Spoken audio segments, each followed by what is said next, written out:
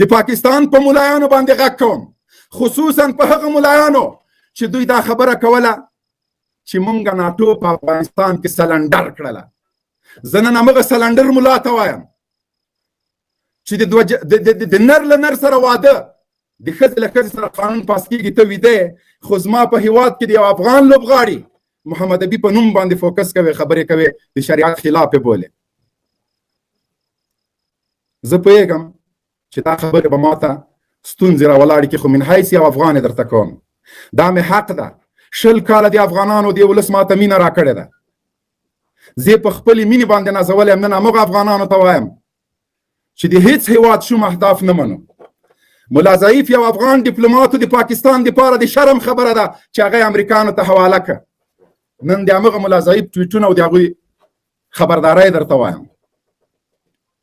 مونږ د دلته مړه شو، کله لوږې مړو، کله قحطۍ مرو، تا ته لاس نه نیسو. ته مونږ سره کومک مه کوه.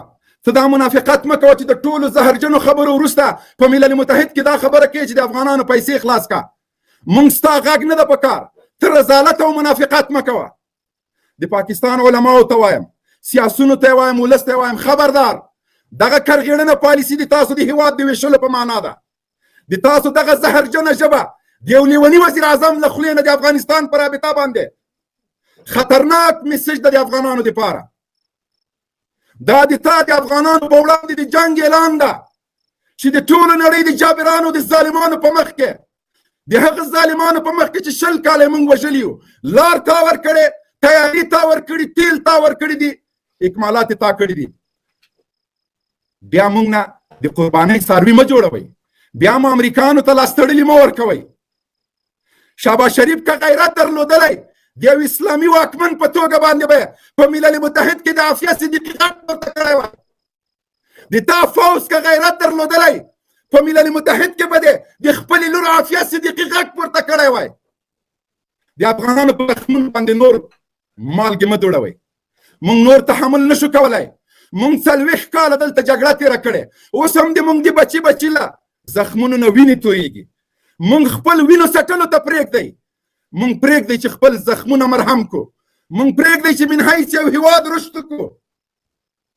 زموږ اقتصادي بنسټونه مه لړوئ. د تاسو د منافقت سیاست دته باید نور افغانان د پای ټکی کېږدي. خپله فیصله وکئ چې تاسو زموږ دوست هېواد که دښمن هېواد یاستئ. نو شهباز شریف که غیرت درلودلی د ملل متحد په نړیواله غونډه کې به د کشمیریانو د مظلومیت غږ اوچت کړی وای چې ستاسو له وجې نه کړېږي. دلته موږ هېواد لرو، دلته موږ ولس لرو. لکه څنګه چې تاسو خپل ولس په IMF خرڅ کړی، موږ یې نشو خرڅولی. موږ خپل ولس ته وفادار یو. دا هغه ولس ده چې 20 کاله دې نظام ته سترګې وې. ته نن د نظام د تخریب په خاطر، د دې په خاطر چې ولس په طالب باندې بدبینه شي، د تا له دې مردارې خولې نه، د IMF قرضدارۍ ګوډاګي له خولې نه نن د افغانانو په وړاندې تخت و تاز کېږي. له ملل متحد او له نړیوالو نه غواړو چې نور په ملل متحد کې د افغانستان په رابطه کې خبره کېږي، هلته باید زموږ نماینده موجود وي چې د خلکو ته جواب ورکړي. ورکړئ افغانانو ته په ملل متحد کې چوکۍ ورکړئ، حق ورکړئ، تر څو دغسې رذیل، دغسې کرایه شوي خلک زموږ په وړاندې خبره ونه کړي. د هر افغان له زړه نه د تاسو دپاره وینې څاڅي، د تاسو د منافقانه سیاست په وجه باندې. موږ په تیر کې ویل فوز یوه غلطي وکړه، فوز دیکتاتورو امریکا ته اډیم ورکړه، تیاریم ورکړه. اوس خو پارلمان دا کار وکړه، اوس خو د ولس منتخب حکومت دا کار وکړه. ګیله مو ځکه درنه درېږي. او دا به زما د خولې د خلاصولو پایلنامه وي. له دې وروسته مو ټول رذالتونه او منافقتونه، ستاسو غلامي او مزدوري، دا به ټول افغانانو د پاکستان ولس ته برملا کوو. تر کله پورې به ته ګزار کوې، زه به درته سینه نیسم. تر کله پورې به ته خنجر وهې، زه به مې زخمونه څټم. که قرضدار یې له IMF نه، که مزدوري او دښمني دې کړې، سفیر د پاکستان ته ورکړه، زه نمک حرام. خپله خاوره د امریکا ته حواله کړه، روسانو خاوره ورنه کړه، امریکانو ته ایران ورنه کړله، تاجکستان او ازبکستان ورنه کړه، تا خپلې ټولې اړې امریکانو ته حواله کړلې. 20 کاله د دلته موږ وژلو، بیا هم زه نمک حرامه. راشه مې زما په نوم اخیسته، پیسې دې زما په نوم اخیستلې، د هر ماجر په سر د سلګونه ډالر اخیستل، بیا هم زه نمک حرامه، ډوډۍ خپله خورم، د کور کرایه ورکوي، بیل د بر درکوي، د IMF د قرضونو ټکسونه افغانان درکوي، ته نمک حلال او زه نمک حرامه. وا څه عجیبه منطق ده، د دغه رزیل فوز او سیاسونو څه عجیبه منطق ده. وژنم یم ته نمک حرام هم زه یم، لاس تړلی یم امریکانو ته م ورکوې، په دې نمک حرام یم چې د تا خبیث سیاست په وړاندې درېږم. خپل هیواد مې ده، لکه څنګه چې ته د هیواد د ننګ په خاطر باندې د فوز روزلی، خو د کرایې مونږ د هیواد د ننګ په نامه رښتینې زلمي روزلي دي. ته به 10 لکه فوز لرې، قسم په خدای زما بچی د 3 کاله هغه د دې هیواد د ساتلو تجربه لري، غیرت او په ننګ باندې پوهېږي. زه داسې په خاورې میان یم چې د دې خاورې د ازادۍ په خاطر باندې په 10 ټنه باروتو د پاسه زموږ ځوانان کېناستلي. موږ د دې خاورې باندې داسې مین یو، تاریخ به مو تاته معلوم وي، د انګریزانو له هندوانو د غلامۍ تاریخ لرې. ازادي زموږ ابدالیانو درته اخیستی. ته د مزایلو په جوړوې، خو نوم نه لرې چې په مزایلو باندې کېږدې. زما د غزنویانو نوم پرېږدې. ته په 80 کلن تاریخ کې یو غیرتي سړی ماته راوښیه.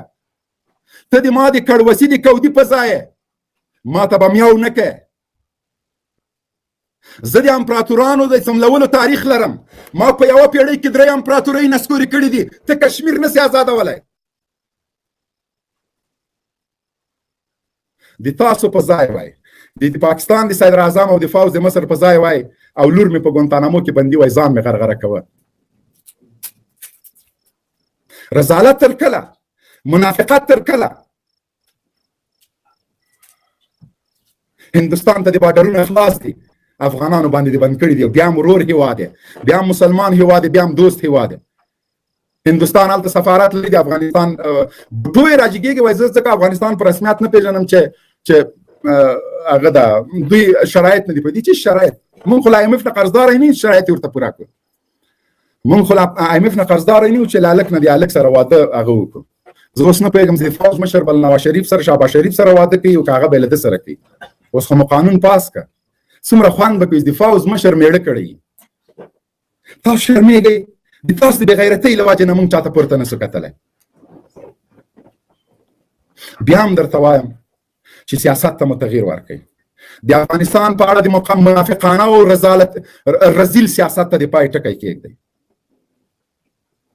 که دوستي کویم داسې یو خط مونږ ته راوړه، او که دښمني کویم چې مونږ پوه شو. مونږ تا غوندې دوسان بې غیرته نه یو چې د دوستۍ په نامه در سره جګړه وکړو. TTP او نور هغه د مونږ غاړې ته مه اچوه. مونږ خپله له ډېرو مشکلاتو سره مخ یو. یو کال کېږي چې ازادي مو اخیستې ده. یو کال کېږي چې زمونږ د کور په سر باندې ډرون نه ګرځي. یو کال کېږي چې زمونږ افغانان نه وژل کېږي. خو متاسفانه پرون بیا ور د افغانانو د وینو سیلابونه روان شول. زمونږ په وژلو باندې خوند مه اخلئ. قسم په خدای امریکا او ناټو، روسانو او له هغه نه مخکې انګریزانو دا د افغانانو او کیرا تباه کړله. که نه دا ناممکنه ده چې امریکا او ناټو د په افغانستان کې ماته وخوري. دا ناممکنه ده چې د نړۍ سوپر پاورونه دې په دې هیواد کې ګونډه شي. زمونږ ازار مه اخلئ. مونږ به خپل رب ته په سجده شو، قسم په خدای که مو بیا پرېږدو. من حیث یو اسلامي او ګاونډي هیواد مونږ سره تعامل وکړئ. یو سیال هیواد تعامل وکړئ. د ضلالت په سترګه راته مه ګورئ. مونږ ویښ ملتونه لرو.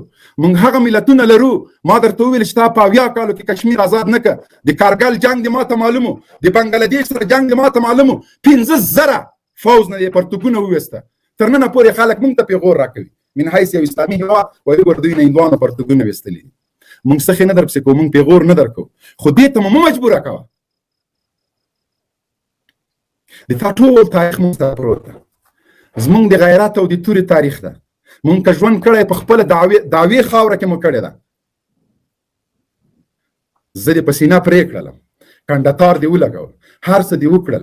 دلته له بوډاګي او له مزدور او له خپل سیال حکومت سره چې غني او کارځای و معاملې دې ورسره وکړې.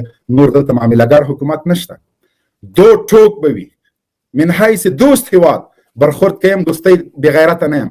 ډوډۍ هم درکوم، چای هم درکوم، ځای هم درکوم، هر څه درکوم. خو که من حیث دښمن برخورد را سره کوي، اول سوچ او فکر وکړه. له سکاټ میلر نه د طالب بادار نه پوښتنه وکړه. د برطانوي فوز نه یې وکړه، له روسانو نه یې وکړه، بیا ما سره دښمني وکړه. بیا یو پیشنهاد وکړه ورته در سره وهمه. د مونږ در باندې زړه بدېږي چې قرضدار یې، بچی دی 6 لکه روپۍ کلدار یې قرضدار دی. زما د بنسټ دومره وس نه ده که نه دا قرضونه به مې درته خلاص کړي وو. IMF ته به ورغلم چې زما من حیث یو افغان مبین خان خیریه بنسټ نه 300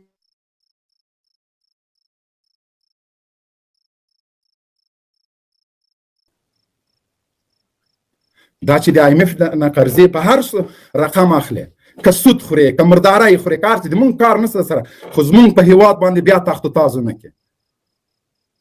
دا هیواد بچی لري، دا هیواد فوز لري، دا هیواد مشر لري، دا بې پوښتنې هیواد نه ده، بې مشره هیواد نه ده. که یوه قومنده یې وکړله کار دی بیا خلاص ده.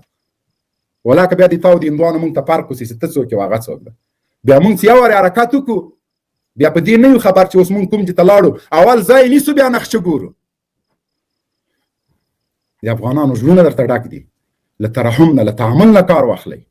دا سیاست مو ناکام سیاست ده. د امریکا او د برطانیې د خوشحالولو دپاره د افغانانو وینې مه زبېښئ.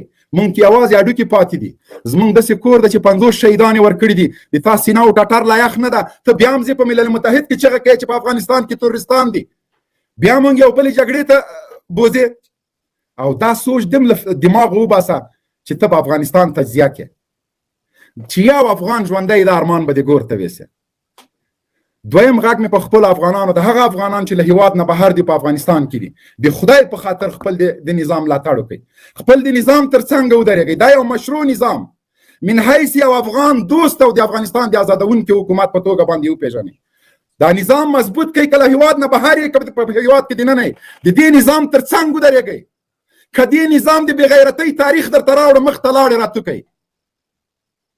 دا نظام تاسو سر ټیټي ته نه پرېږدي. مونږ د هیواد په آزادولو هم پوهېږو، د هیواد په آبادولو هم پوهېږو او دلته د یو مضبوط اسلامي نظام په رشد باندې هم پوهېږو. نور د افغانانو هله د کې چارج نشته، لا داسې کارونه کوئ. نور د افغانستان په وړاندې ستاسو منافقانه سیاست ته ټول بیدار یو. خو د تاسو په سیاست نه پوهېږو چې ملا مو د محمد نبی په نوم باندې ډسکشن کوي، خو هلته په مردګو خانو سترګې پټې دي. د محمد نبی په نوم فتواګانې ورکوي، خو په خپل هیواد کې د امجنبازۍ قانون پاس کېږي، هغه ته هېڅ خوله نه لري. د افغانستان دپاره ټولو په یوه خوله د افغانستان د تخریب دپاره مټې رابډ وهلي دي. که کمونیست ده، که سیکولر ده، که نشنلی ده، که ملا ده، که حرامي ده، که حلالي ده، د افغانستان د بربادۍ دپاره مو مټې رانغښتې دي. نور دا منافقت مه کوئ. اوس هسې نه چې سبا د ما د کفر فتوا ورکوي. د تاسو په فتوا زه کافر ښیم، نور د تاسو فتواګانې په افغانستان کې نه چلیږي. د ما ایمان او د تاسو ایمان کې ډېر فرق ده. زه د خپلو علماو په فتوا مسلمان یم. د تا د ګټو خلاف که غږېږم د تا د کفر ټاپه تیاره ایښي خو فایده نه کوي. او که د مونږ ټاپې یا ورته در باندې سیخ سولې بیا به ګوره لار درنه ورکه سي. مونږ چې فتوا ورکوو عمل هم بیا پې باندې